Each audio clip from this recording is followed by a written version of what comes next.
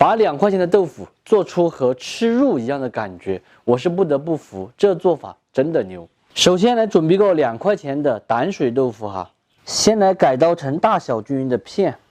因为这块豆腐它不是很方正，所以咱们切出来的话是一个平行四边形，不是正方形的。不要切得太厚了，太厚不易于入味。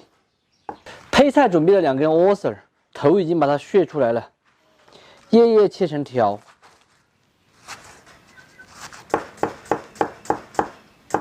再来上几根芹菜，姜葱蒜米子来一点，切上一点名扬火锅底料，有个10多20克提味就行。豆腐冷水下锅焯一下水，来1勺盐，老抽酱油。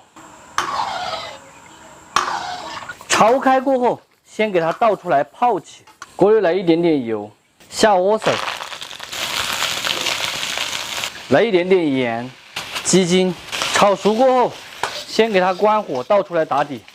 另起锅来一点菜籽油，下姜葱蒜末，2年陈酿的红油老豆瓣，干花椒，名扬火锅底料，再来一点点辣椒粉，加水，下入焯好水的豆腐，来上一点鸡精、毛油、白糖，一丁点豆油，转中小火，给它炖个3到5分钟，炖入味。水豆粉给它勾一个薄芡，淋一点香油、藤椒油，淋在打底的这上面就可以了。最后再用热油呛一点干辣椒、干花椒、蒜末、鸡麻上去，这样子香味立马就出来了。最后再来撒一点性感的葱花，美味继承。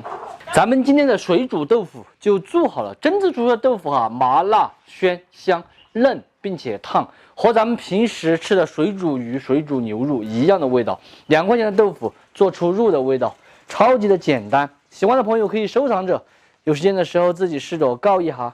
不喜欢的就只有免费看完，撒够了。水煮豆腐把素菜做出了新的高度。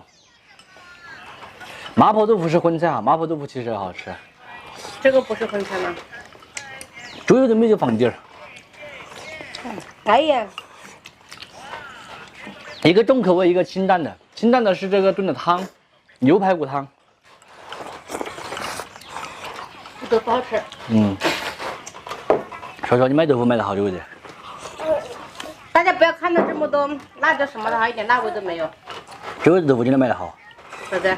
它不散不烂，并且很有那种紧实那种感觉，又嫩。香港豆腐要容易散。好贵哟，那么一头5块钱。 5块钱才2个人嘛，昨天我煮了一些，一顿就2块多钱。昨天切了点煮鱼，好吃。